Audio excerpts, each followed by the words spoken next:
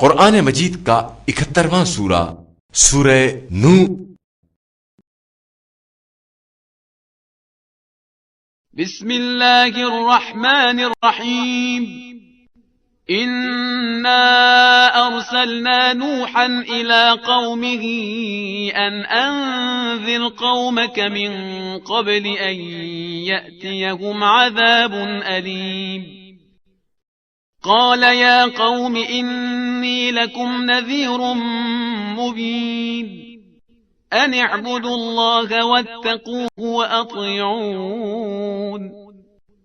यग़फिर लकुम मिन ज़ुनूबिकुम वयुअख्खिरकुम इला अजलिन मुसम्मा इन्न अजल अल्लाहि इज़ा जाअ ला युअख्खरु लौ कुन्तुम तअलमून। قال رب إني دعوت قومي ليلا ونهارا فلم يزدهم دعائي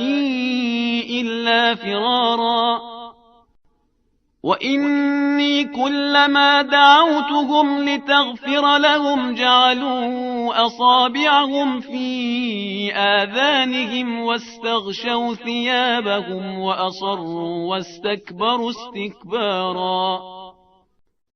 ثم إني دعوتهم جهارا ثم إني أعلنت لهم وأسررت لهم إسرارا فقلت استغفروا ربكم إنه كان غفارا يرسل السماء عليكم مدرارا ويمددكم بأموال وبنين ويجعل لكم جنات ويجعل لكم أنهارا ما لكم لا ترجون لله وقارا وقد خلقكم أطوارا ألم تروا كيف خلق الله 7 سماوات طباقا وجعل القمر فيهن نورا وجعل الشمس سراجا والله أنبتكم من الأرض نباتا ثم يعيدكم فيها ويخرجكم إخراجا والله جعل لكم الأرض بساطا لتسلكوا منها سبلا فجاجا قال نوح رب إنهم عصوني واتبعوا من لم يزده ماله وولده إلا خسارا ومكروا مكرا كبارا